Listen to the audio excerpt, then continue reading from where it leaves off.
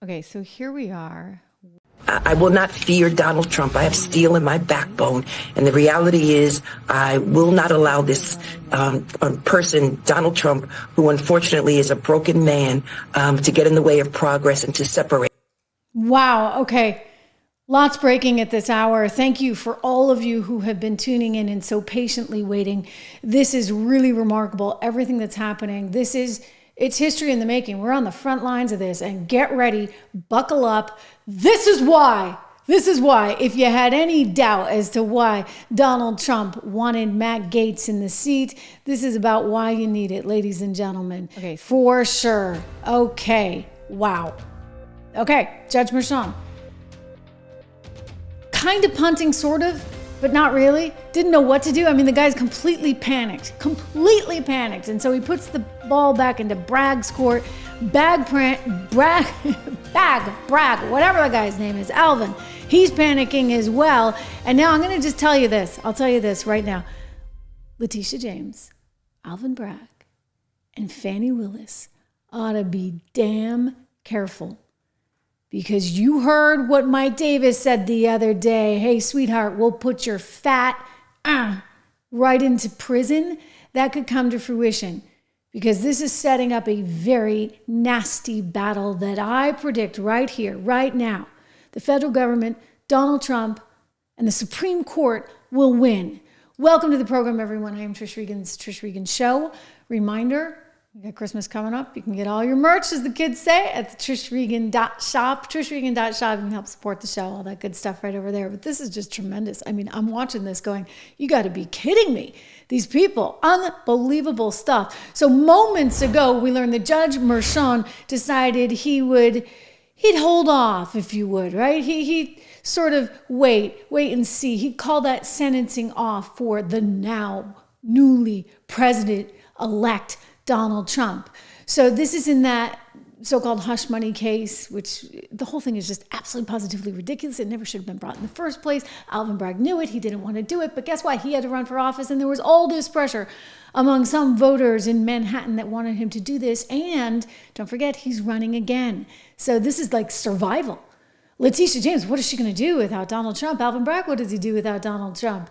Judge Merchan, what is your daughter going to do without Donald Trump, from which she can raise money off of in all these email campaigns every time there's a new wrinkle in your case? Unbelievable. Well, this just crossed, as I said, Judge Juan Merchan. He adjourned the New York case there without actually delivering a sentence. So on the one hand, you're like, okay, woohoo, that's great. And it is. It is great that there was no sentence, obviously. I mean, that would have been really kind of a bad spot to be in. But what he did in doing so was he put this back onto Alvin Bragg. And Alvin Bragg, who's the attorney in this case, the DA out of Manhattan, well, he's been seeking some kind of penalty for Donald Trump all along. Don't forget last summer what he had to say. Do you plan to request a prison sentence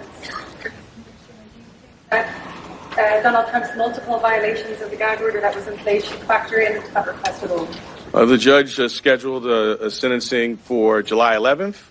We will speak in court in that time. He also set a motion schedule. We will speak in our court filings as we've done throughout this proceeding.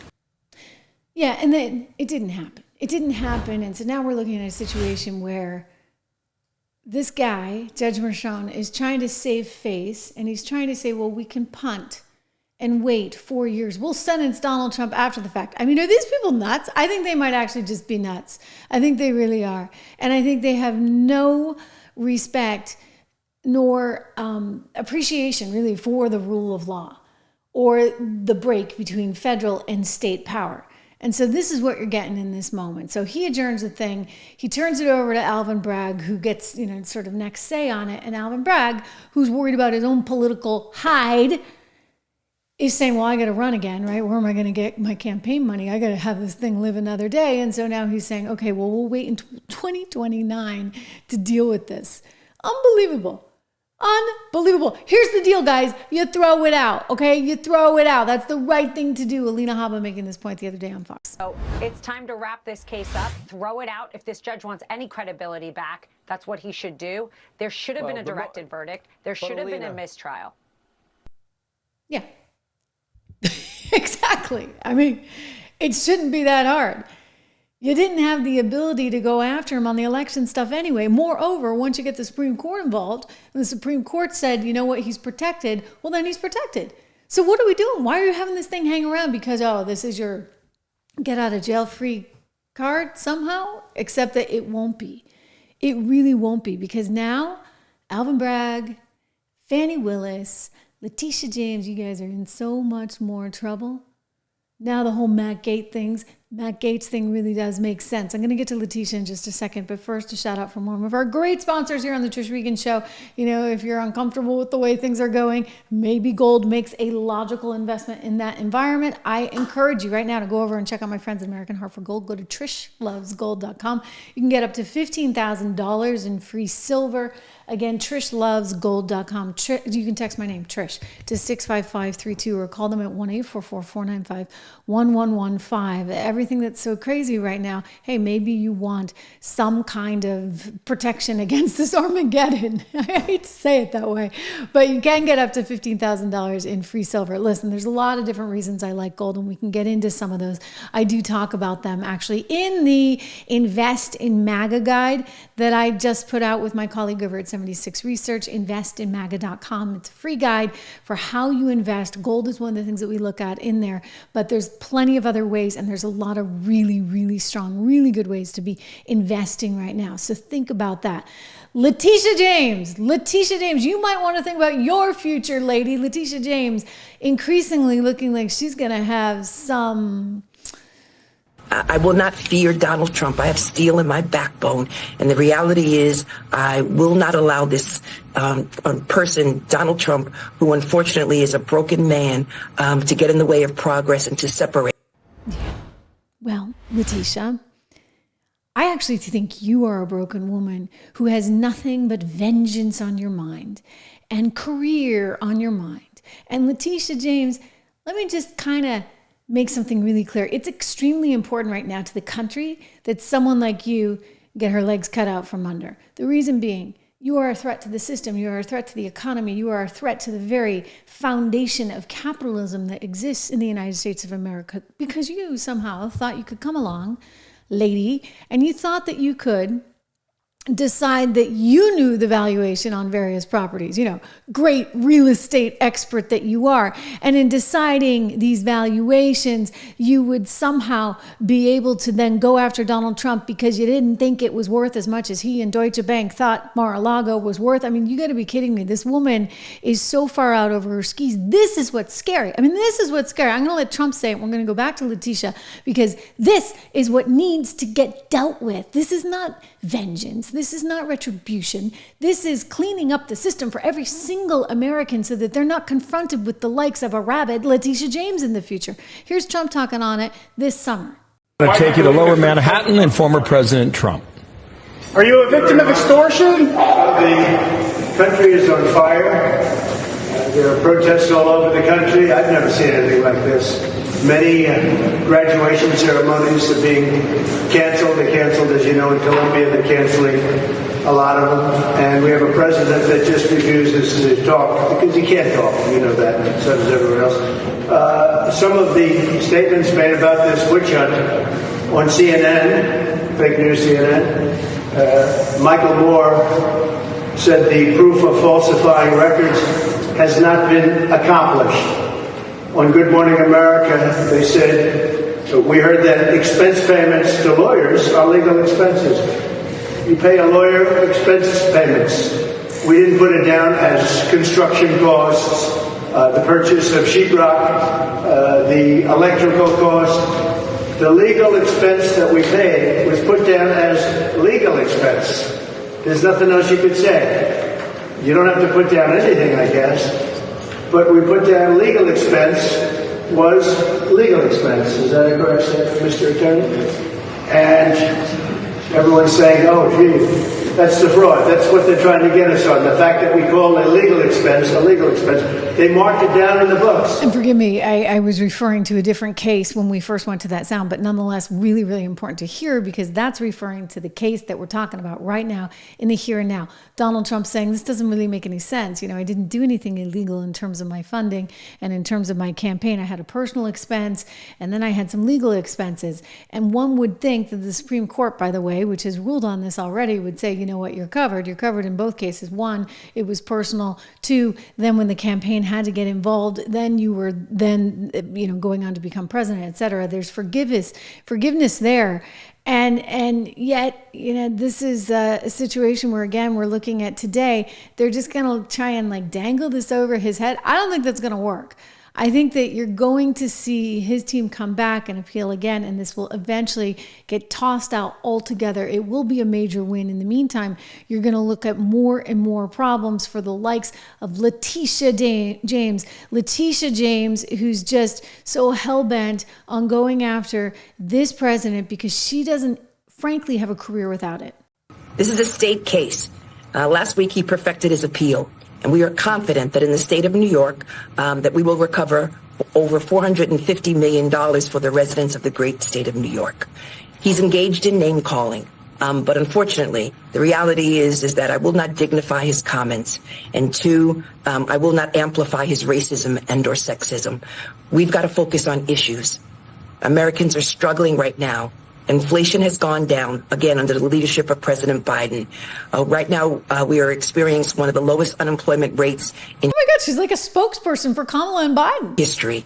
And it's really critically important that the number of illegal border crossings has come to one of the lowest points, again, because of pathways that President Biden and Vice President Harris have. Yeah, I'm sorry, but this lady, one of the funny things about her is that it just encapsulates, if you would, how bad their entire campaign and their entire argument was. Because on the one hand, they're, we need to focus on important things. Well, you're the team that's supposed to be in charge of focusing on those important things like inflation. Oh, inflation's coming down, she says, while simultaneously saying it's out of control. I mean, that is just classic. That is classic. So that's Letitia James this summer over on MSNBC trying to say, you know what, I'm strong. He's not going to be able to bring me down. No. I got iron in my blood. I will not fear Donald Trump. I have steel in my backbone. And the reality is I will not allow this person, Donald Trump, who unfortunately is a broken man, to get in the way of progress. Yeah. Okay, so Letitia, honey, I think you're going to have some problems. I'm just saying, because you are so far out over your skis. I mean, it's one thing in the Alvin Bragg thing, which never should have been brought. That thing will eventually get thrown out. But here we are, still with Letitia James out there. We're waiting on that appeal. That appeal, I believe, very strongly, the Court of Appeals is going to say this case is DOA. I mean, you know, we've seen the judges. I've showed you this before, but you saw, the minute she approached the bench, they shut her down. They shut her down immediately because you know what? She has no case. There's no victim. There's no victim other than maybe society because, oh my gosh, Donald Trump is in charge.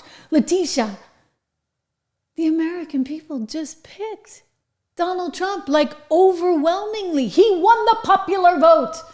In 2016, he didn't. Now he did. So get over it, okay? She can't, you guys, because like Alvin Bragg and Judge Mershon in the first case with the hush money nonsense, this lady doesn't exist without Donald Trump.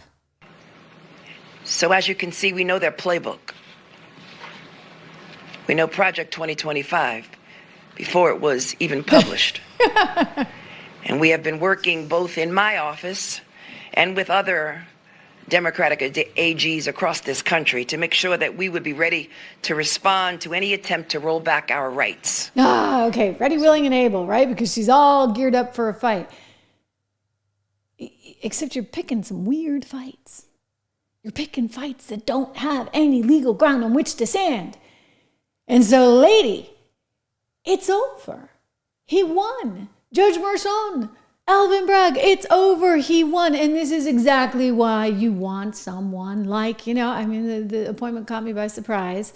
And I don't know if Gates will eventually get it because, there's baggage there, et cetera. I got to be very forthcoming on that. We need a really strong lawyer, a really strong attack dog in there as AG. Gosh, Mike Davis is looking better and better. Did you see him on Benny's show? If you haven't, priceless. And if you've seen it, humor me because I could watch this thing all day long.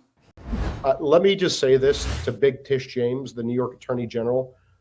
I dare you to try to continue your lawfare against President Trump in his second term, because listen here, sweetheart, we're not messing around this time, and we will put your fat ass in prison for conspiracy against rights. And I promise you that. So think long and hard before you want to violate President Trump's constitutional rights or any other American's constitutional rights. It's not going to happen again. It's not going to happen again. All right.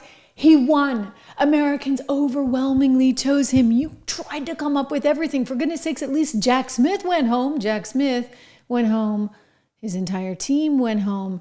You know who else is going to have to go home? Not just Letitia James and Alvin Bragg, but one Fani Willis. Fani Willis is going to be sent packing because you see, in her particular case, she was way out over her skis having a little thing that she shouldn't have had with the guy that she was employing. Are you aware that Fulton County requires you to disclose any relationship with someone that you're doing business with? I'm not aware, and I know often that things are confused with state constitutional officers in county, but I'm not aware. You're not aware, so that's not an excuse. As a result of her indiscretion, shall we call it, which all came out because the guy's in the middle of a divorce and, his scorned ex-wife comes forward with all the documentation, the cell phone records and this, that, and the other. And it turns out Fanny and Wade were having a little thingamajig on the side, which actually would be in violation of everything, which would mean her entire team would have to be dissolved, which means they'd have to go out and get a new one. So while that case is going on, everything's stalled down there in Georgia. But let me remind you, someone won this, and they won it big. And so in this particular case, I'm pretty darn sure that, the federal government triumphs over everything. This is why Jack Smith was sent packing. This is why he went home. This is why Americans, by the way, have gotten so sick of it all, right? Nobody wants to deal with any of this. I mean, the cleanup that has to happen right now in the federal government and at the state level is pretty massive. I would just say that this is perhaps why Donald Trump wanted Matt Gaetz in there, because he knew that this was going to be one nasty, ugly job. Now, on the one hand, it's not nice to have retribution. And he's actually not really about retribution. Howie Kurtz asked him this a few weeks ago on his Fox show, and he said, look, I don't want retribution. That's what they did against me. And I asked him specifically myself, when he was in office, why he didn't go after Hillary Clinton. And again, he made the point that that's not really who we are. That's not what we want to be. We're not a Latin American dictatorship, etc. But in this particular case, guys, as we look at it, what about ensuring that we are safe for the future, okay? Because this doesn't need to be about vengeance for Donald Trump, but actually about making sure that they don't do this kind of stuff in the future. I mean, how can you have an AG that is so out of control in the state of New York, for example, Letitia James, that she could be out there doing what she's doing? I mean, this is something that the judges talked about when they listened to her case. The appeals court, the Court of Appeals is like, whoa, why does she have this much power? Like, how is this actually happening? Because this is actually sort of scary. And what we need is to protect against this in the future. We don't need rabid prosecutors trying to destroy political opponents. That's not what the United States of America does. Absolutely not. And so this issue came up on Fox. Trey Gowdy was responding, and clearly he did not hear the question. We're going to give him the benefit of the doubt and say, okay, Trey, you didn't hear the question. I want you to hear what Bill Hemmer said to him and how Trey responds, because it's not the right response. This is not about vindication. This is not about, okay, I'm going to put you in the slammer because you were trying to do the same thing to me. This is about making sure that whoever's in power doesn't get drunk with power, for goodness sakes, like the left did, trying to slam every single lawsuit against an opponent. Bray, what do you think about, like, during this campaign, Trump kept talking about lawfare, and a lot of his allies did as well. And you've watched his various court cases, and I don't know how you felt about the documents case in Florida, or the Jack Smith thing in Washington, D.C. coming after January 6th. But when you look at all of them and think that there's a possibility they could all be now dissolved, 0 for 4. I mean, you're a man of the law. That's your profession. What do you think of how this went? Do not use the justice system as a weapon. And the message for Republicans is don't do it on the other side either with this absurd AG pick that you just made. The justice is different. It is a combination of policy, law, and also morality. You do not use our justice system as a political weapon. Voters rejected it in November, and they're going to reject it if Republicans try to do it also. Some things rise above the den. The justice system is one of those things. Okay. Trey Gowdy, it's always good to see you. There's going to be a lot. So he's not wrong in that. But what has happened to our Justice Department when this kind of chaos can actually go on? When you can bring 4 different state lawsuits like this that don't have any kind of merit and they keep getting turned down at every corner. Or, for example, the federal cases, 2 federal cases against Donald Trump, and those 2 were getting turned down at every corner. I mean, wow. I mean, let me just say, like, he's pretty squeaky clean because, they're digging up anything they can get and they still can't get anything to stick. When you're using the law against an opponent like that, I actually think it kind of corrupts and perverts the law itself. So that's what we need to actually get back to.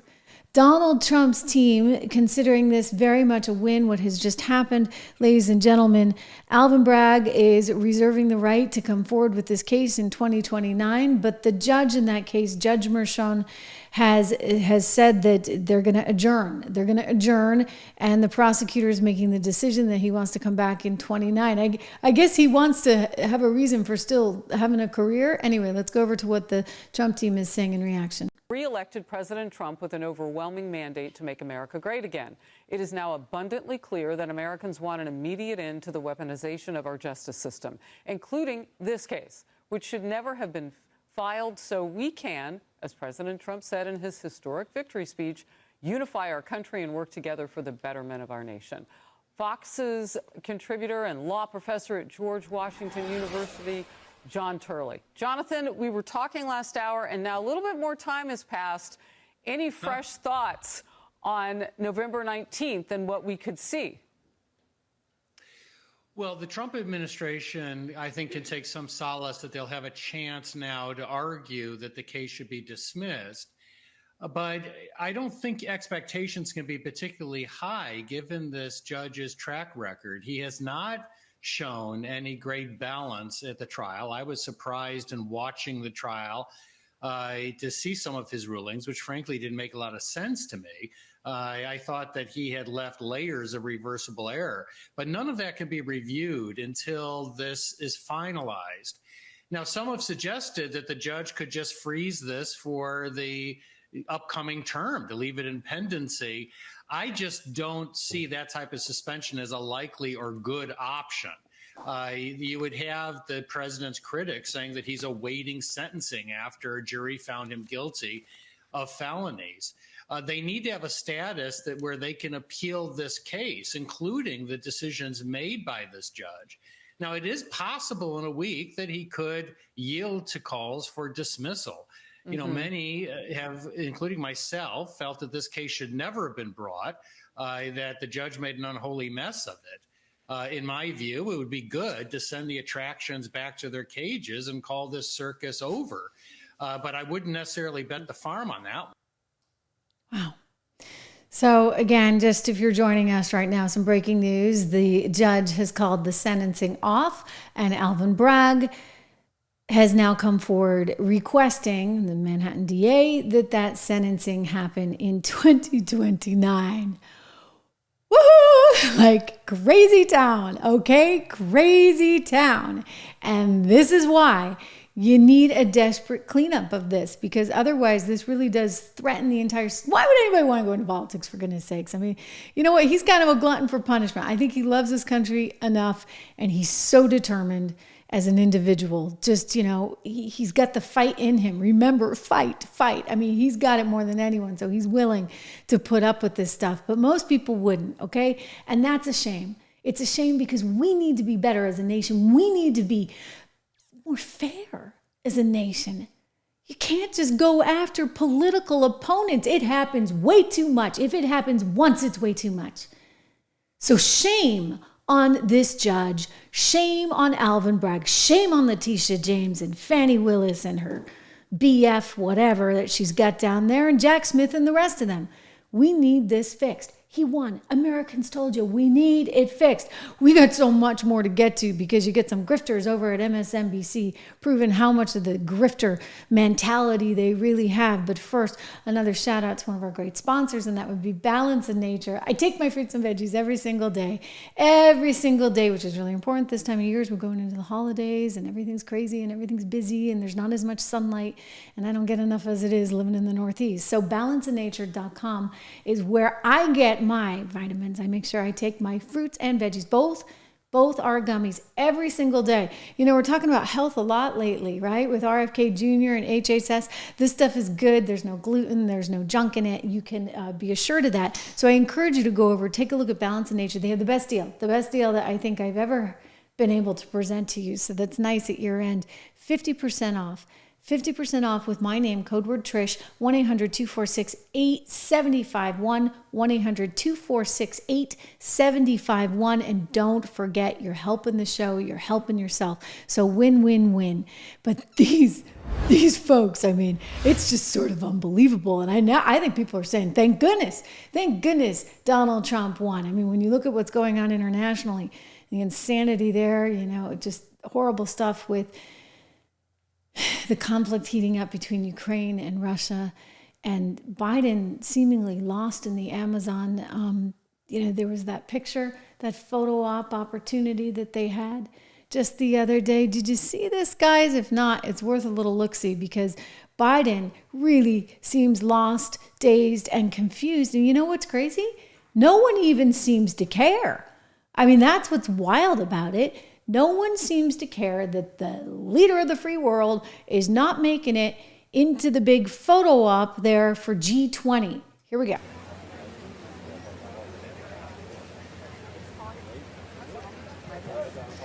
If you're just joining us, we're looking at the G20 photo op. And, you know, you see Modi there. You see everybody, okay? Like, everyone's there. And somehow Biden is off, lost in the Amazon. They're telling him to wait for Biden, guys.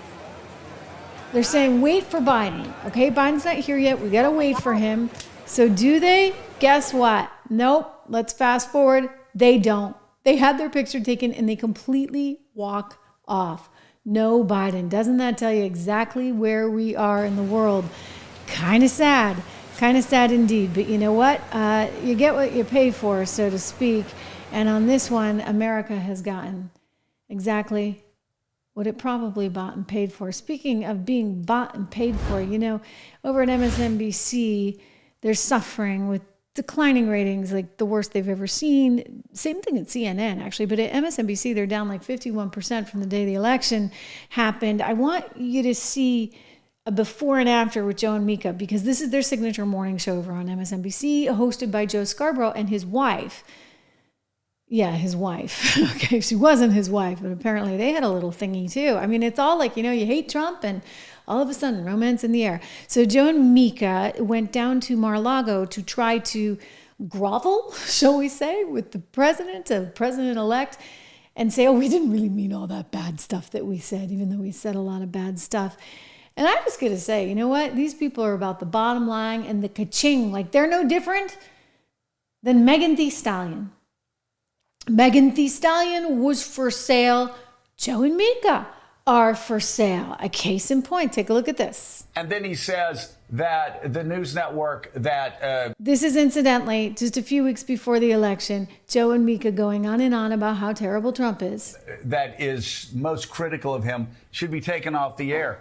This is not a reach. I could go back and talk about Nazi Germany, and I do it without any concerns whatsoever. And if people can't start drawing the parallels, well, you're just stupid, or you have your head in the sand, or you're one of them. Whoa! Okay, so if you like Trump, if you voted for Trump, you're stupid, you have your head in the sand, or you're one of them.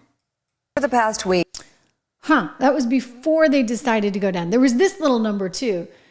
Grifter in chief, Joe Scarborough, just weeks ahead of the election, speaking to another grifter over on MSNBC, one Al Sharpton, Reverend Al Sharpton, who allegedly got $500,000 for his organization just weeks before he sat down with Kamala Harris for an MSNBC interview. Unbelievable. She gets sick and tired of me trying to understand other people and being so pragmatic and trying to be like, I'm okay, you're okay. Now, where can we meet in the middle? La, la, la. On this question, we're past that. You can't meet. If they voted for Trump in 16, whatever. They voted for Trump in 20, they knew exactly what they were doing. If they vote for Donald Trump in 2024, and I've said it on my show, I'll say it here, they're knowingly voting for a fascist. They're voting for a racist. They're voting for somebody that wants to put this country 200 years in the back. And so I'm not trying to figure them out. I'm trying to figure out how we get people out who love democracy, who love freedom, who love the rights of all Americans, how to get them to the voting booth. Because that's how we save our country. Ooh, Joe, you're the man. What a journalist you are. Wow. Okay, so he's making the case that Donald Trump is all that bad. And you know what? If you voted for him, we can't forgive you for it, because there's no way, there's no there. They're like, it's all or nothing. And yet then we saw Joe and Mika, their hat in hand, going to Mar-a-Lago. And then he says that the news network... so this is the old one. Let's show you the new one. To regular citizens deeply dismayed by several of President-elect Trump's cabinet selections, and they are scared. Last Thursday, we expressed our own concerns on this broadcast and even said we would appreciate the opportunity to speak with the president-elect himself. On Friday, we were given the opportunity to do just that. Joe and I went to Mar-a-Lago to meet personally with President-elect Trump. It was the first time we have seen him in 7 years. Now, we talked about a lot of issues, including abortion, mass deportation, threats of political retribution against political opponents, and media outlets. We talked about that a good bit. And it's going to come as no surprise to anybody who watches this show, has watched it over the past year or over the past decade, that we didn't see eye to eye on a lot of issues, and we told him so. What we did agree on was to restart communications. My father often spoke with world leaders with whom he and the United States profoundly disagreed. That's a task shared by reporters and commentators. I mean, honestly, it's like they think they're negotiating with North Korea or something. I mean, they're so unbelievably full of themselves. She's going to go to the enemy lines like she's some kind of, Secretary of State. I'm sorry. This is all about one thing and one thing only, okay? This is about Mika and Joe knowing that MSNBC is about to be sold. It happened October 31st. Go back to the earnings call. Mike Kavanaugh, who runs the place, said, guess what? We want to sell our cable networks. We want to spin them off after the election. Here we are, after the election. So he just revealed this days before, of course, the big day. And then it turned out that they want to not only sell off MSNBC, but also Oprah's network, Oxygen as well. The only thing they're going to keep is the streaming network because streaming's where it's at. Remember, subscribe, like, share, all that good stuff. I'm going to go to your comments momentarily. But listen, that's the reality of where we are. So they're going to keep the network. They want to get rid of everything else, and they want to package it, and they want to be able to spin it off. So Brian Roberts, who runs Comcast owns NBC Universal owns MSNBC. Brian's like, why are the inmates running the asylum? I mean, I got crazy Joy Reid. I got these grifters, Joe and Mika. Can we not clean this thing up so that we can actually make a sale and maybe I can get some profit? Good luck, buddy. I don't think you're going to get very much. And you know why? Disney can't sell ABC. I mean, Bob Iger would love to sell that pup. Like, he's dying to get rid of The View and ABC News. And he can't. So what makes you think anybody really wants MSNBC? I don't think anybody wants it. But you know what I will tell you? Joe and Mika are very mindful of where their paycheck comes from. And Joe is a politician after all. Because you say to yourself, how could they say all those horrible things about Donald Trump and then show up hat in hand at Mar-a-Lago and say, oh, let's mend things. Let's have a dialogue. Let's find places where we can actually agree on stuff. Well, it's for one reason and one reason only. Their ratings are tanking. So one, they're losing viewers. Two, they're going to get sold. And what is the new buyer going to do? I think this happens regardless of whether they patch it up with Trump or not. I mean, Trump may actually help their ratings just a tad, but I think this happens. The new buyer is going to fire them. Same as the new buyer is going to fire Whoopi Goldberg and Joy Behar at The View. You know who else is going to get fired and may actually get fired before the sale of MSNBC? Joy Behar. The other Joy. Forgive me. I'm getting my Joys mixed up. The other Joy, the really not so, neither one of them have much joy in them, right? But the other not so nice Joy, who's just been rabidly out there ever since Donald Trump won. In fact, she's even saying that you shouldn't bother having Thanksgiving holidays with your family members if in fact they voted for Trump, because, we can't forgive those people. That's exactly who Brian Roberts and Mike Kavanaugh, who runs NBC, wants to fire right now, because they're not going to be able to sell this sucker. Nope, not with that kind of legacy going on. So they got to get rid of Joy. And Mika and Joe are desperately trying to hang on to their jobs because, people are losing their jobs these days. Lots of people are losing their jobs these days, specifically over at one network in particular. Let me see if I can see this for you. CNN. It would be one CNN, which really seems to be up against it. Yep. Lots of people losing their jobs. Not just MSNBC in jeopardy, but they're actually shedding jobs as we speak at CNN, which is hemorrhaging. New article actually coming out exposing some of this. First of all, you got ratings that are in the toilet. Okay, so they are down. They're actually not as bad as MSNBC, but actually pretty intense. They're down about 21%. So the CEO, who came from the New York Times and doesn't really understand television, God bless him, but he just does not understand television. And maybe that's okay right about now, because TV doesn't really exist in the way it used to. So he walks in, he's like, oh my God, all these talents, they're making so much money. They've never seen this much money over on the print side of the business. He came from the New York Times, as I said. So Mark Thompson's sitting down, looking at the books going, gosh, can't we do this more cheaply? Jake Tapper, reportedly, if you trust the Daily Mail, is making $3 million. You got other anchors, if you trust the Daily Mail, like Wolf Blitzer, that may be making about $7 million. And then the word on the street, per the Daily Mail, we like the Daily Mail, is that Anderson Cooper's making around $20 million. So they're looking at that, the bean counters at CNN, and they're like, whoa, this can't actually sustain itself, because the industry's changing massively, right? Massively changing, and they're not going to have the right kind of ad support, especially in light of what just went down. So he had this secret meeting that he held, and according to Puck, which is a new online media publication, according to Puck, he basically was like, would you stop? Would you stop hating on Trump all the time? What is the point of this? We actually have to represent more than just we are the network that hates Trump. Of course, I think MSNBC pretty much had that filled, right? They had you cornered on that one. I don't think you could compete enough. Not with Joy Reed and, Rachel Maddow, who shows up once a week. You guys were no match for that. So they had that covered, and you're suddenly realizing, wait a second, we've got to be something else, something different, except nobody wants you. No one.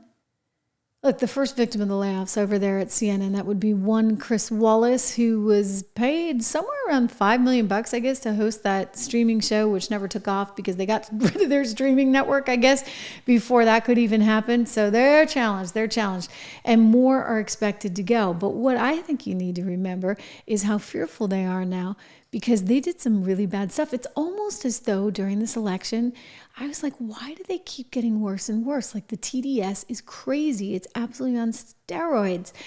And they're just going so far out on that curve. Like, they're right there on the ledge, ready to jump off. And one wondered why they were doing this. And I think it had a lot to do, believe it or not, with the fear of this moment in time, right? If Donald Trump wins, well, what's going to happen to them?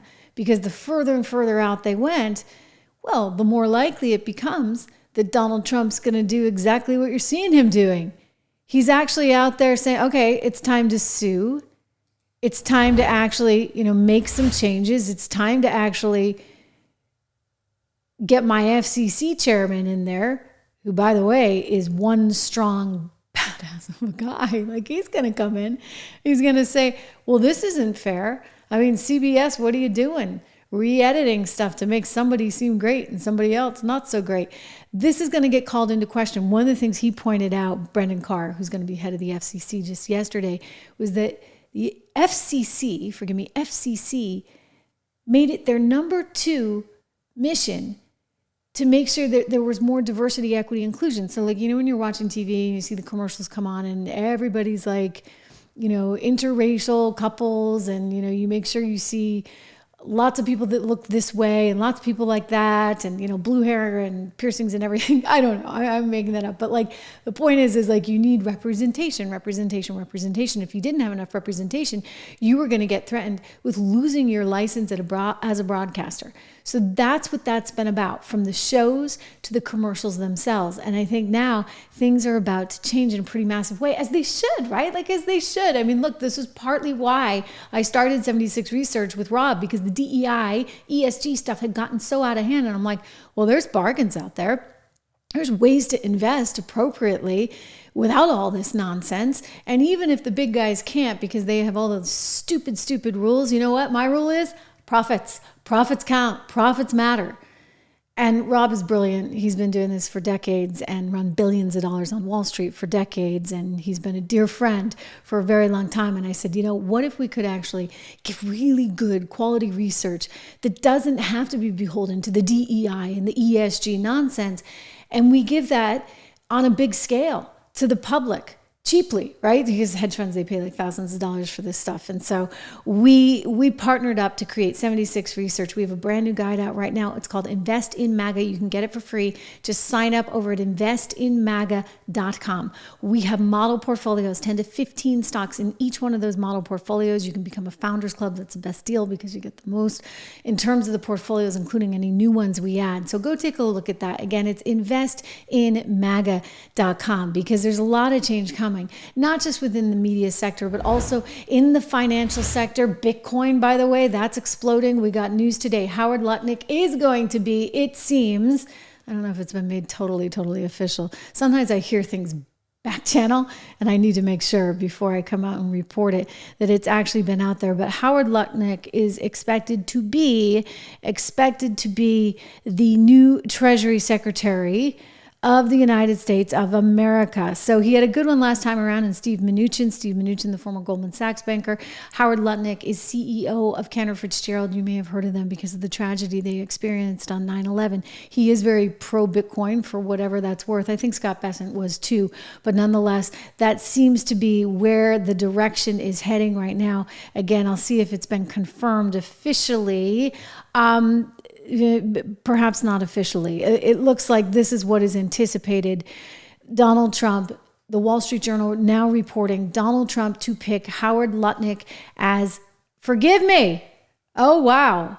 Okay, I get corrected in real time. This is very interesting. I got to put this headline up for you. Okay, so here I am. You guys probably caught me. Maybe you did. It just broke 32 minutes ago. Here we go. I want you to see this. Howard Lutnick is expected to be the next Commerce Secretary of the United States of America. So that's kind of a big deal because it means that Treasury is still open. So everything that I was saying yesterday about Treasury still holds. My sources say that Howard was making quite a stink and really, really wanted it. And believe me, Howard is a very, he's the kid from Queens. So he's very much willing to get very noisy.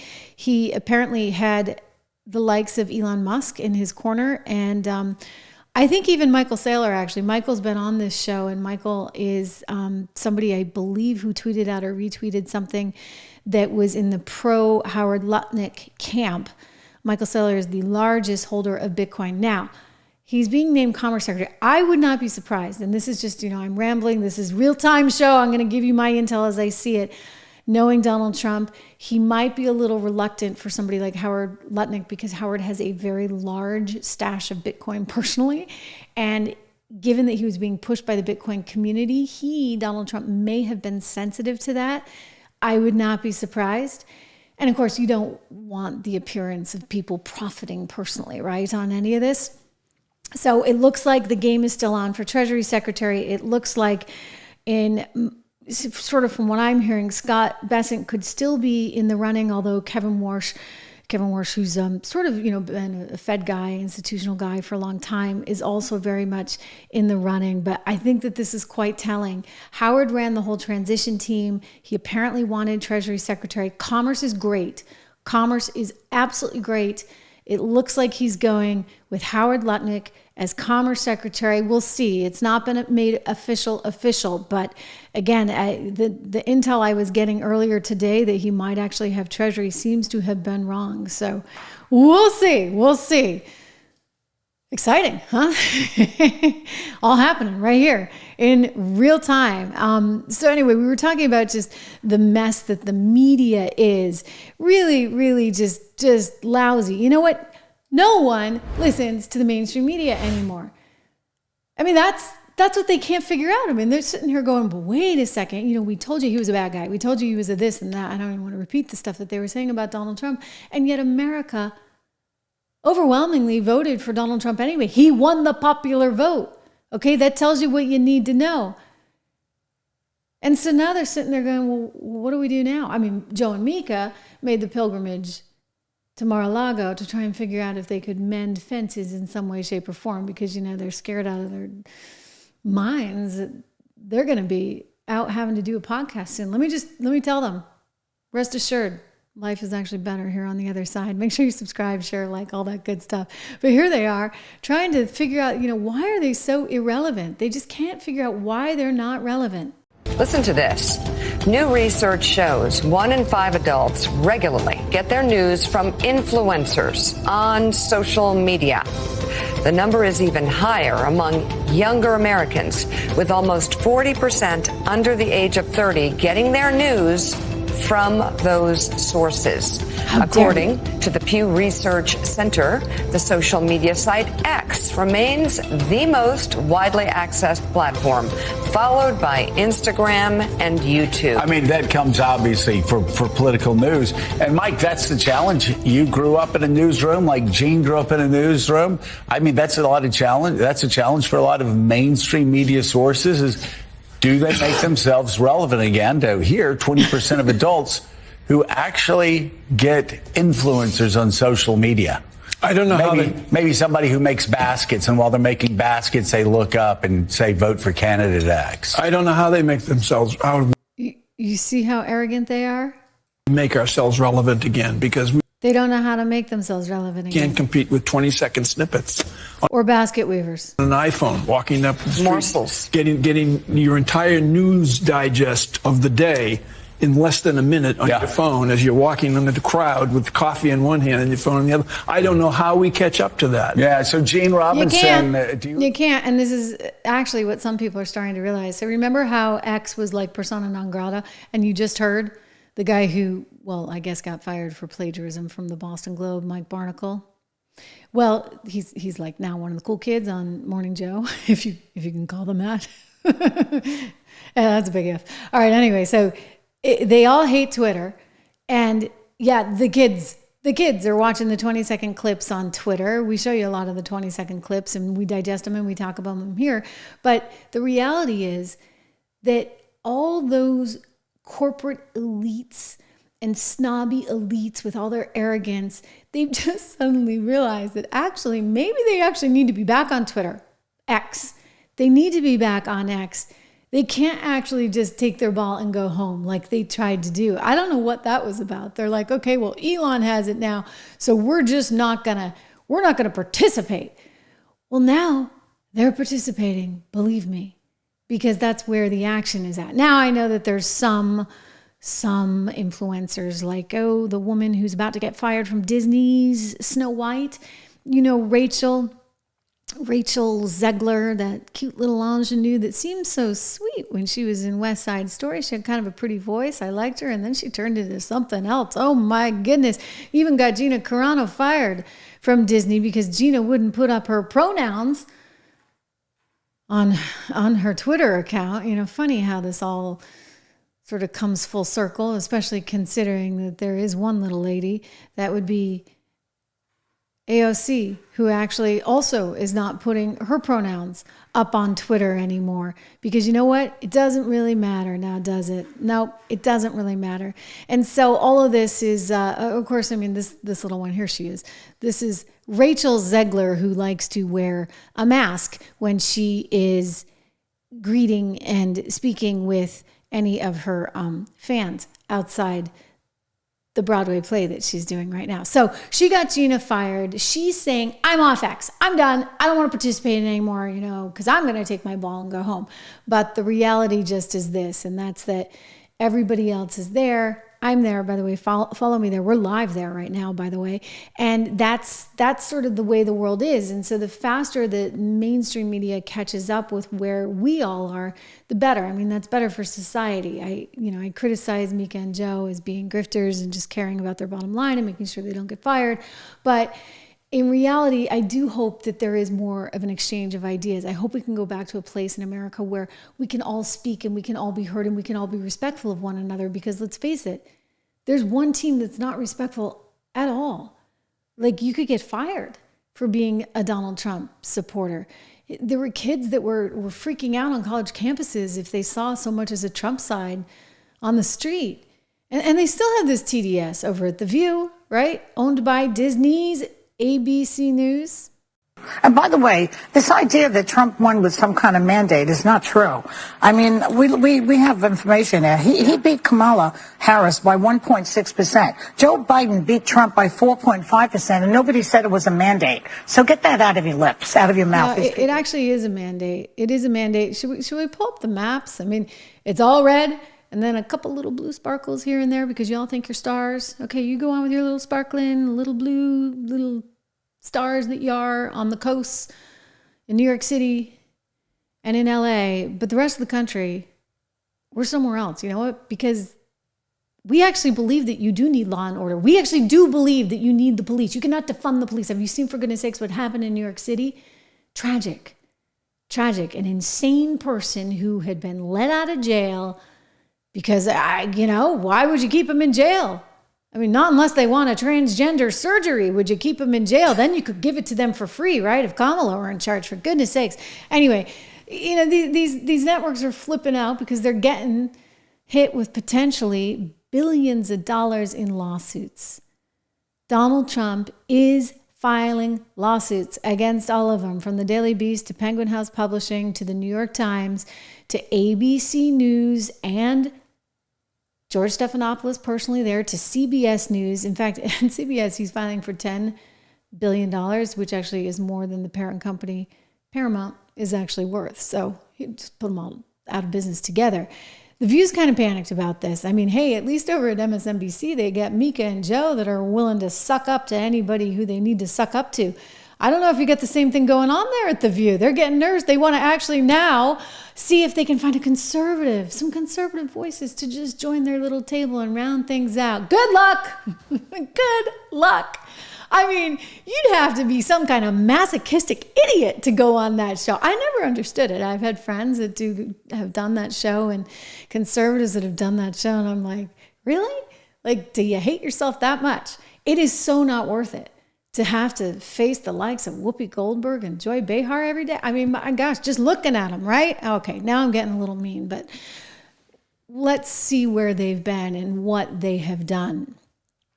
Moments ago, the Trump camp coming out with a statement based on what just transpired. Of course, as you know, we learned that Judge Merchan has made the decision to adjourn the case. And Alvin Bragg, the district attorney in Manhattan, who is desperate to run and win again, still wants to find some kind of way to get a prison sentence for the man who will then be, by the time they go after him, quite elderly and will have been the 47th president of the United States. I mean, this is bonkers. This is Alvin Bragg, just to jog your memory, over the summer. Do you plan to request a prison sentence?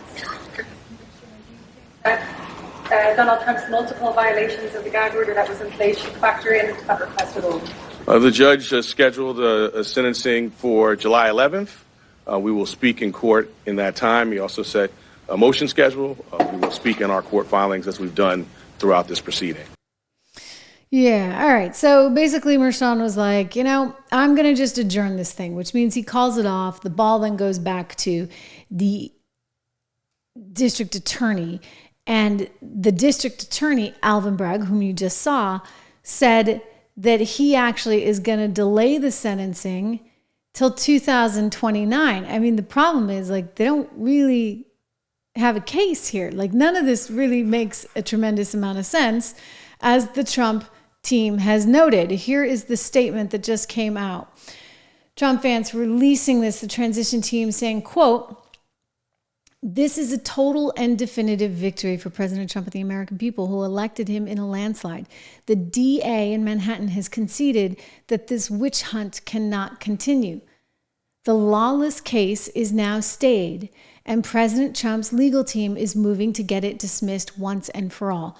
That's from Stephen Chung, the Trump communications director. So I suspect it's a little bit more nuanced than that. I love the glass half full, but my worry, because I worry about these people, is still that they're going to try and hold this over his head. What they need to do right now is get it dismissed once and for all, okay? The DA knows he can't move forward with this, okay? So he recognizes that, and that's Stephen Chung making that point. Okay, that is good, but why are we punting until 2029? It needs to be gone, gone, gone. And so that's sort of the next stage in this. And I think the Trump legal team is going to have to go back and demand that this thing be thrown out. You're not going to sit there, for the next however many years and just wait and see whether or not they come to any kind of plan for 2029. He's got to govern. He's got to move on. Why do they do this? Why? I think we know the answer. Again, they want to have something to campaign on. They want to have something to run on. They want to have a reason for being. And that's pretty darn sad. I'll tell you, it's not getting them anything. I mean, the stupidity of things like defund the police and then let's go after Trump. The stupidity of, we got to stand up for transgenders everywhere. And suddenly Leah Thomas wins the big, athlete of the year, female athlete of the year. I mean, that doesn't sit well with people, right? It doesn't sit well with anyone. And I think that a lot of people are looking at it, and from young people to Hispanics to women, I mean, they're like, this doesn't add up. And then, you get the real cool kids, not the MSNBC freaks, but the real cool kids having a really good time over at things like, the UFC things. How strong that team is, making his way into the building. One of the bigger mixed martial arts fans I know, President Donald Trump. So why is it that all the predictable groups, right, from African Americans to Hispanics to young men, like, why is it that they all decided they were against Kamala Harris?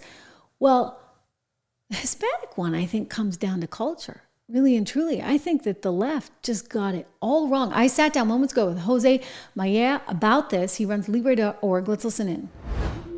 Here was more on why Hispanics came out in droves. Somebody who was on the ground working the doors, working the phones, making sure he was getting folks registered himself. That would be Jose Maya. He is head of Be Libre, Libre, Be Free, obviously. Good to see you, Jose. Great to be here, Trish. Thank you for having me. So, wow. I mean, like, you guys had a huge part in this, I know. Like, what was the ground game? Because everybody was worried that not enough people were going to show up. It was remarkable, by the way, what we saw, because, look, I mean, a lot of Hispanics might not have intuitively gone for Trump. And they sure did in record numbers. I mean, I look at Arizona, I'm just blown away. One, why did they vote for Donald Trump? And two, how did you get them, like how did you organize this in such a way? Yeah, look, I think, the Libre Initiative has been on the ground for 12 years, right? Actually, 13 years. Technically, we started in 2011. So over those 13 years, we've expanded across the country into communities that people wouldn't even expect us to be in. So you mentioned Arizona. That's obviously an important, large Latino population. Same with Nevada, Florida, and Texas. But then we also have operations in North Carolina. We have operations in Ohio, Pennsylvania, Michigan, Wisconsin. And in all those states, those are all battleground states that, the margins are razor thin. So our emphasis was heavy on engaging with people, and we've been doing it for 12 years. So we engage with folks, we build trust in the community. Once we build this trust and they know that we are not just coming in and leaving with the election, that we're there to stay to provide, whatever support we can, from English classes to getting your driver's license to becoming a U.S. citizen, we then talk to them about policy, and we show them that our ideas are better, that free market principles, that educational choice, those are better ideas. And then when election seasons come around, we have an arm that's Libre Action, where I serve as an advisor, that endorses candidates. So we endorsed a number of Senate candidates, right? So McCormick in Pennsylvania, Bernie Moreno in Ohio, Sam Brown in Nevada, and we go knock on their doors and we tell them, listen, this is a consequential election.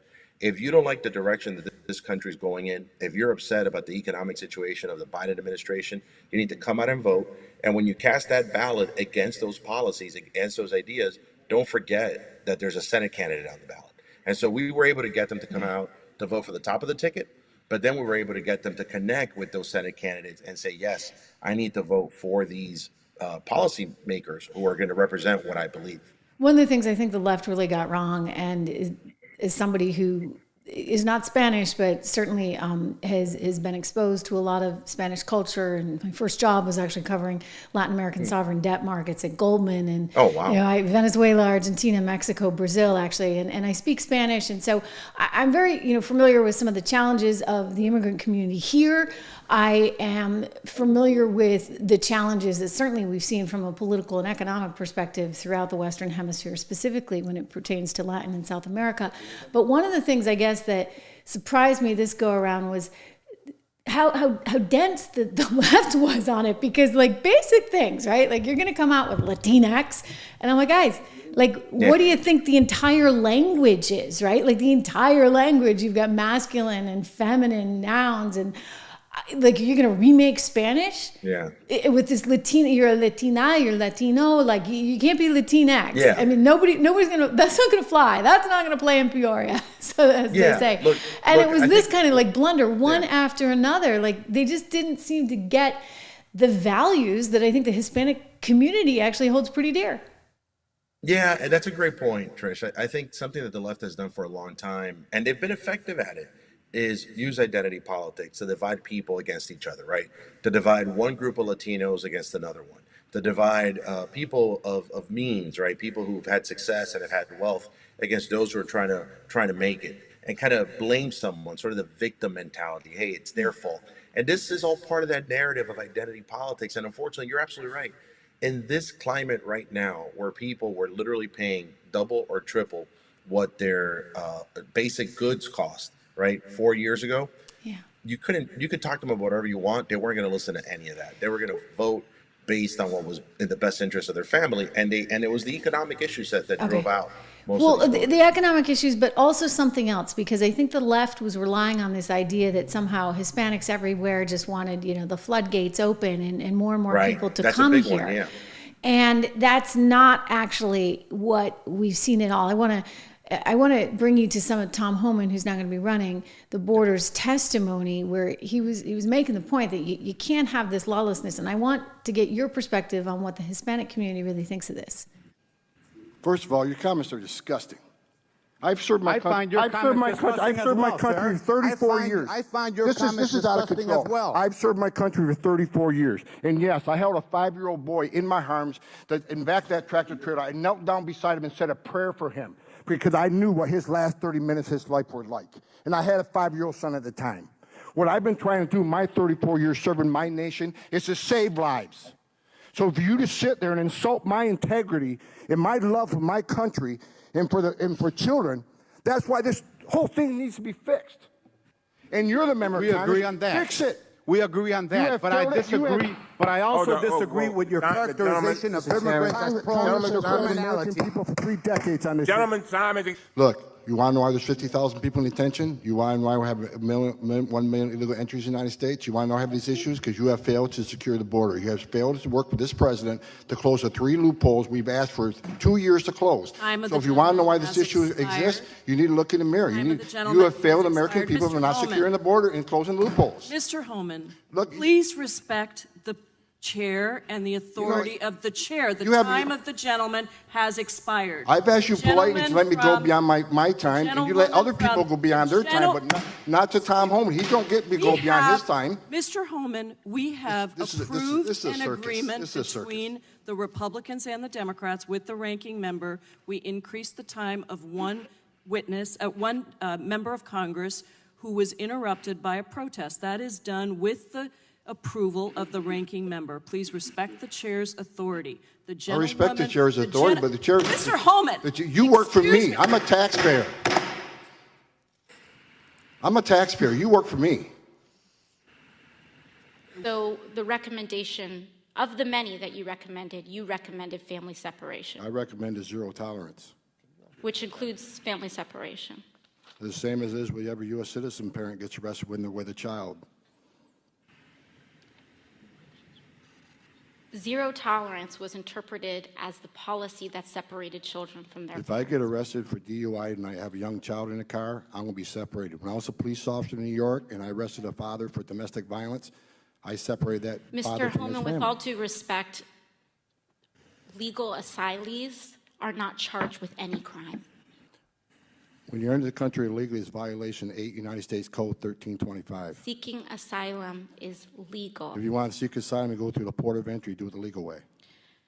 The Attorney General of the United States has made that clear. Okay. So, Jose, all right, this is the guy who's in charge of the border now. And a lot of people are saying, well, why would Hispanics have voted for him? And, by voting for Trump, you're effectively voting for him.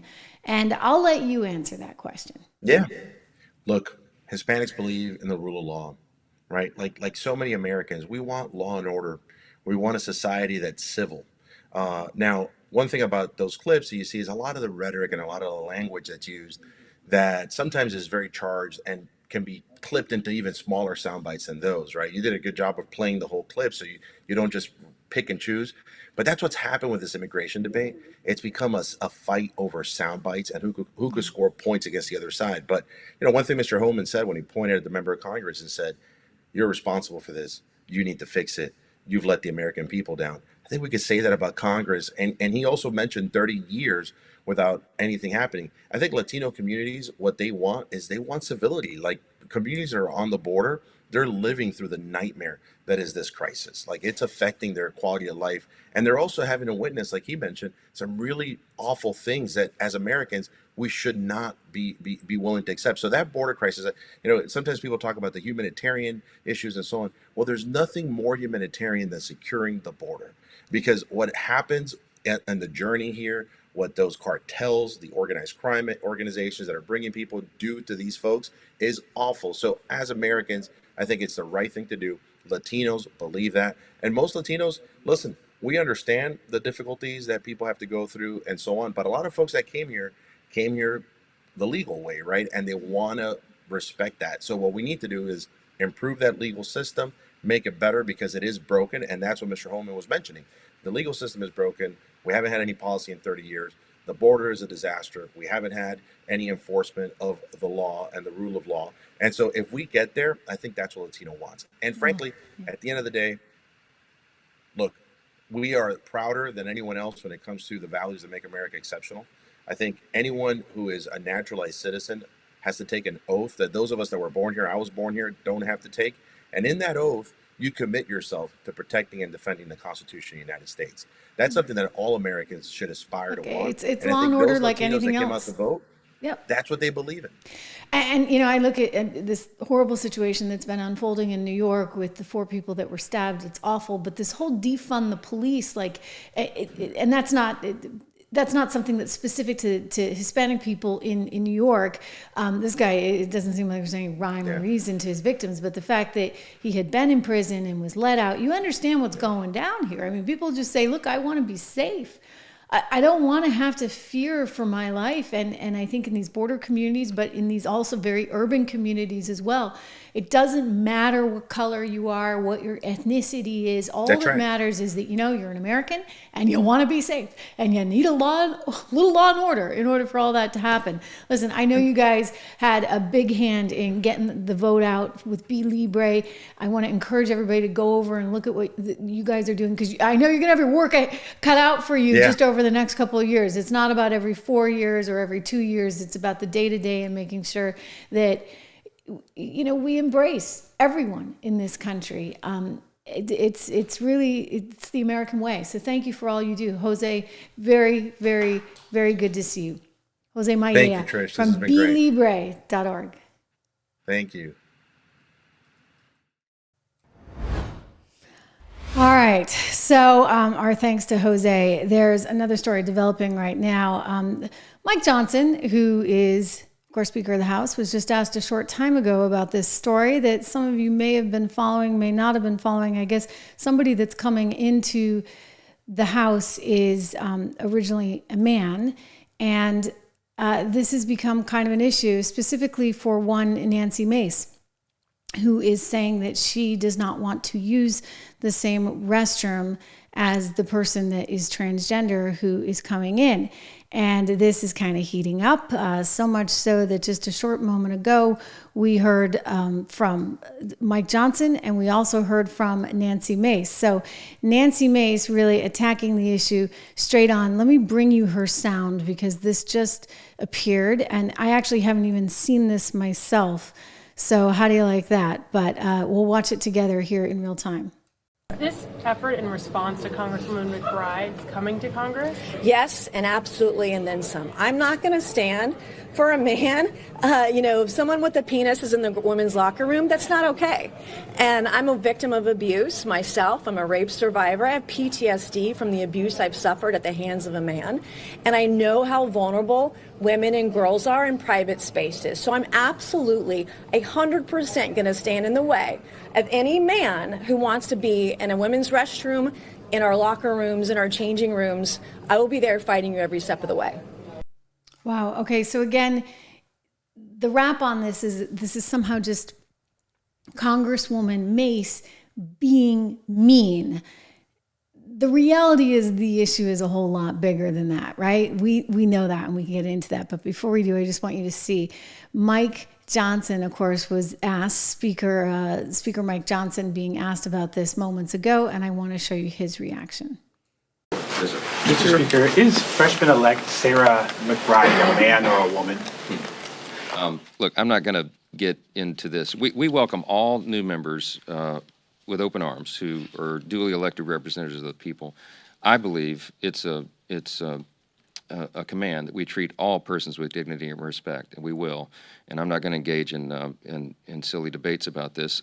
There's a concern about the uses of restroom facilities and locker rooms and all that. This is an issue that Congress has never had to address before. Never. We're going to do that in deliberate fashion with member consensus on it, and we will accommodate the needs of every single person. That's all I'm going to say about that. Yes, sir. Do you plan on bringing Nancy Mace's transgender bill and putting that into the rules package? I'm not going to address the plans on any of that. I just told you what I'm going to say about the issue. I'm not going to engage in this. We don't look down upon anyone. We treat everybody with dignity and respect. That's a principle that I've pursued my whole life, and we will take care of this, issue of first impression for Congress, as we will any other thing. We'll provide appropriate accommodation for every member of Congress. Okay. So that means probably providing some accommodation then for Nancy Mace, who's not very comfortable sharing the restroom. Look, here's the deal. I don't think anybody is mean-spirited. But when you run into situations where you don't get the same opportunity because somebody who is a naturally born male decides to change into becoming a female, I'm thinking one Leah Thomas, and suddenly you come in second in the relay race and you miss out on a major opportunity, just as Riley Gaines did. You know what? That's not fair. Okay, that's really and truly not fair. Part of me wants to say, okay, who cares, the stupid restroom, whatever. But you see, it's the bigger issue, I think, that keeps coming up. The bigger issue of women getting shortchanged over and over and over again. I go to the mall now, and everything is, come one, come all, right? They have individual restrooms, but everyone can use them. And I'm sorry, they're not as clean. They're just not, The ladies' room was a better place to be than the men's room. I'm just saying. So I'd also add to this, women, often you'll see a line for the ladies' room that's like a whole lot longer than the men's room, okay? And now maybe more. But nobody's trying to be mean. I think that's what's getting misinterpreted. But you know what is sad? I commend Mike Johnson for trying to deflect on this issue. But what's sad is that it's young girls that wind up paying the price. And somebody's got to stand up and say, you know what, this is not going to fly. Because what the left is trying to do is, again, make this into a political hot potato. To try and back us conservatives into a corner where we seem like we're the mean guys and gals. Because we don't want communal restrooms and we don't want communal sports. Well, I think America made it really clear how they feel, but apparently they're not getting the message over there on MSNBC. Jen Psaki leading her show that airs, I don't even know when or where, but somehow I saw a clip. I guess I'm one of those guilty of seeing clips on Twitter. I saw this clip and I wanted to show it to you because she's trying to double down on this issue, an issue which one could argue did indeed help cost Kamala Harris and the rest of the Dems their spots. There's obviously a lot of soul searching right now going on within the Democratic Party, and that's a good thing. But what I worry about is that in the course of all that soul searching, some Democrats might reach the wrong sweeping conclusions. And there are a lot of issues that fall into that bucket. But one in particular that stuck out to me is transgender rights. Republicans spent hundreds of millions of dollars on anti-trans ads this election cycle, including one that showed Vice President Harris talking about government funding for gender-reaffirming care for prisoners and detainees. That was true. She did. If that sounds like a particularly obscure issue, it is, because it applies to a tiny group of people. And it's also a policy that, by the way, was in place during the first Trump presidency. Another one of the lines that ran over and over again in those ads and throughout right-wing media is this idea that America is faced with a crisis of boys playing in girls' sports. Now, these ads created this perception that the issues of trans kids playing sports was dominating schools across the country, which is completely false. Some people got pulled into that argument. Immediately after the election, Congressman Seth Moulton told the New York Times that, quote, Democrats spend way too much time trying not to offend anyone rather than being brutally honest about the challenges many Americans face. I have 2 little girls. I don't want them getting run over on a playing field by a male or formerly male athlete. But as a Democrat, I'm supposed to be afraid to say that. And then last weekend, Congressman Moulton came on this network to discuss those comments. I was just speaking authentically as a dad about one of many issues where I think we're just out of touch with the majority of voters. And I stand by my position. Maybe I didn't get all the words exactly right. But the point is that the backlash I've received proves my point that we can't even have these discussions as a party. Look, reflection is good. But if that were actually an issue at thousands of schools across the country, it would be worthy of a debate. But there are just incredibly few examples of transgender girls playing in youth sports. And when we see those examples, there isn't evidence that these kids are a threat to safety or fairness. It comes obviously for political news. And Mike, that's the challenge. You grew up in a newsroom like Gene grew up in a newsroom. I mean, that's a lot of challenge. That's a challenge. He's upset because everybody gets their news from Twitter. But Jen Psaki, back to what she's trying to say, like, okay, it doesn't matter because it's just 0.001% of the population. Except what if you're the young woman that doesn't make the team because somebody who was originally a man and is now a woman is there instead? I mean, this is actually happening all over the country. And you can talk to women who have been victims of this. They're not too happy. They're not too happy at all. And, it's very interesting. It's very interesting because this woman works for MSNBC. And I do believe that one Joe Scarborough, who's suddenly kissing up to Donald Trump, was just on air the next morning saying, you know what? We missed this because of all this garbage on all this trans stuff. Right? And people are afraid to speak. So it looks like they're having a little bit of an upset within their own party, and she's trying to warn people, etc. I would say this, you know what, Hillary Clinton, I know we're not big fans of her here, but she actually warned the Democrat Party a couple of years ago, like, don't dig in too hard on this because that's just not where America is. And then the trans community came out and attacked her and everybody was all over her. So they have a problem, shall we say, with their base. And until they fix their base, they're not really going to be able to fix who they are. They don't know who they are. They have become irrelevant.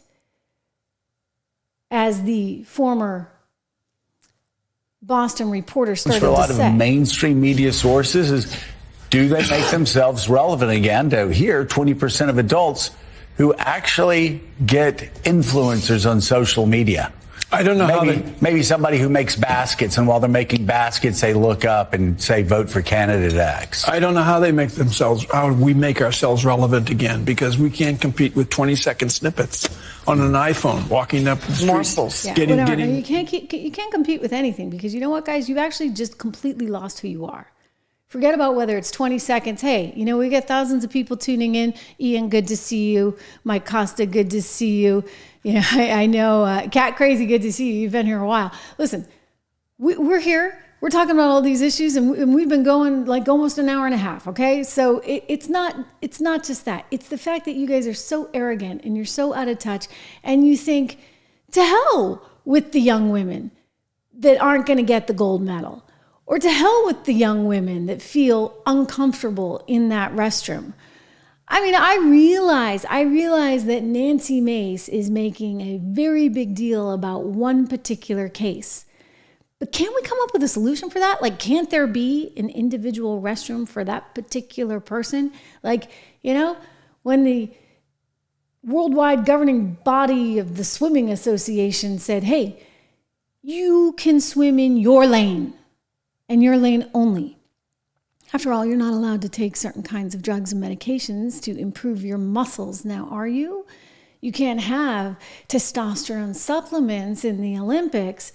So why would you have somebody who had testosterone in their system for that many years during those crucial years when they're building their muscular capacity, then able to compete against women? I mean, like, why am I the mean one for saying, okay, Nancy has a point. Like, can we not be civil as a society and say, okay, we feel bad for that person, but it's not really all the women's problem to deal with.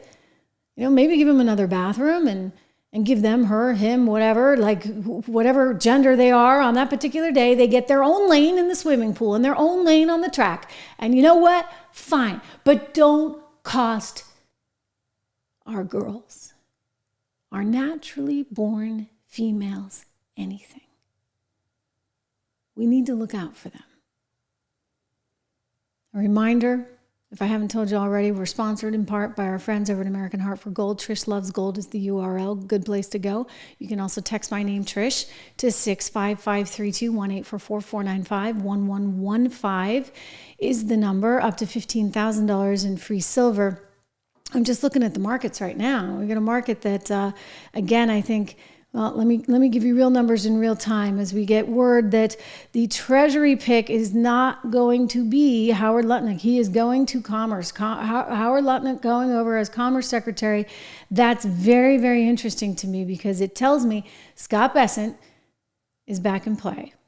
And I think Scott would be very good. I think Kevin Morris would be good too, but I think Scott, he's been an investor for so many years.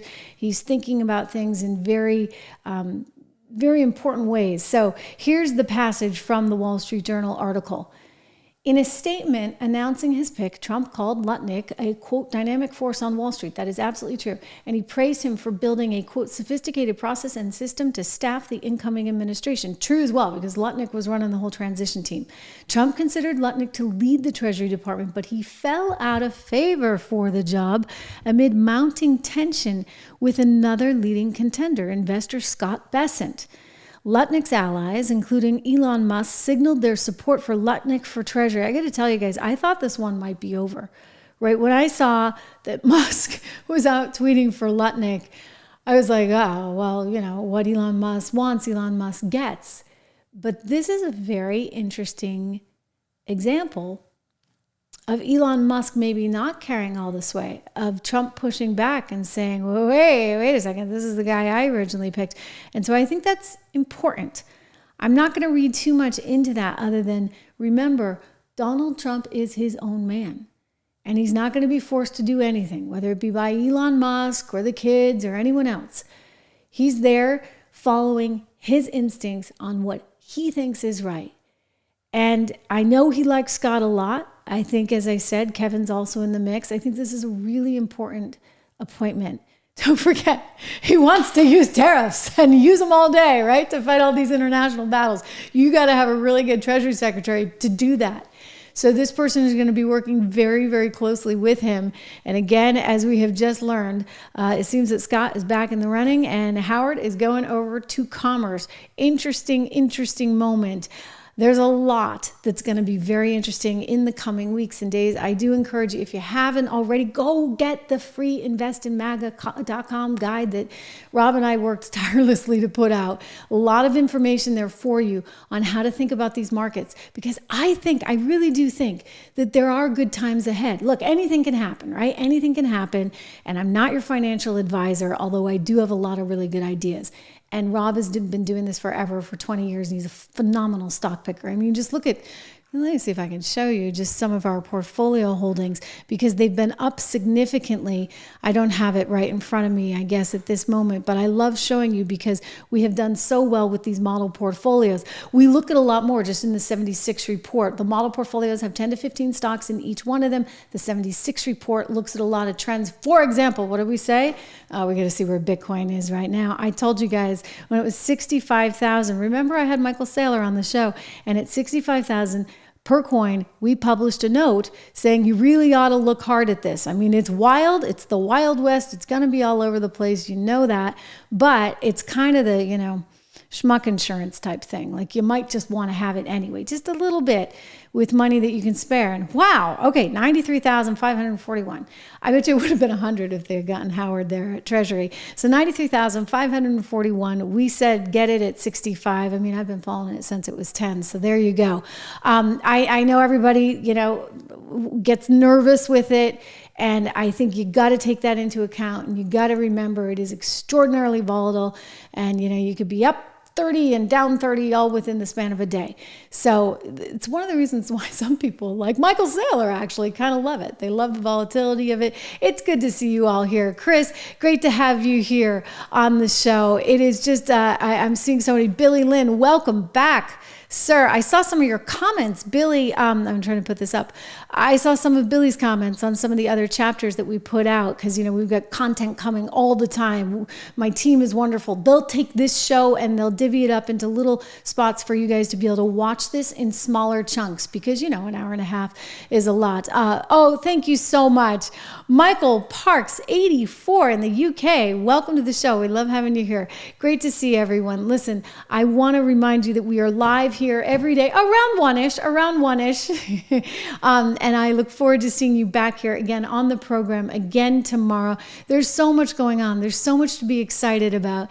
Maybe we will have a pick for Treasury by that time. In the meantime, I do encourage you, go over to investinmaga.com.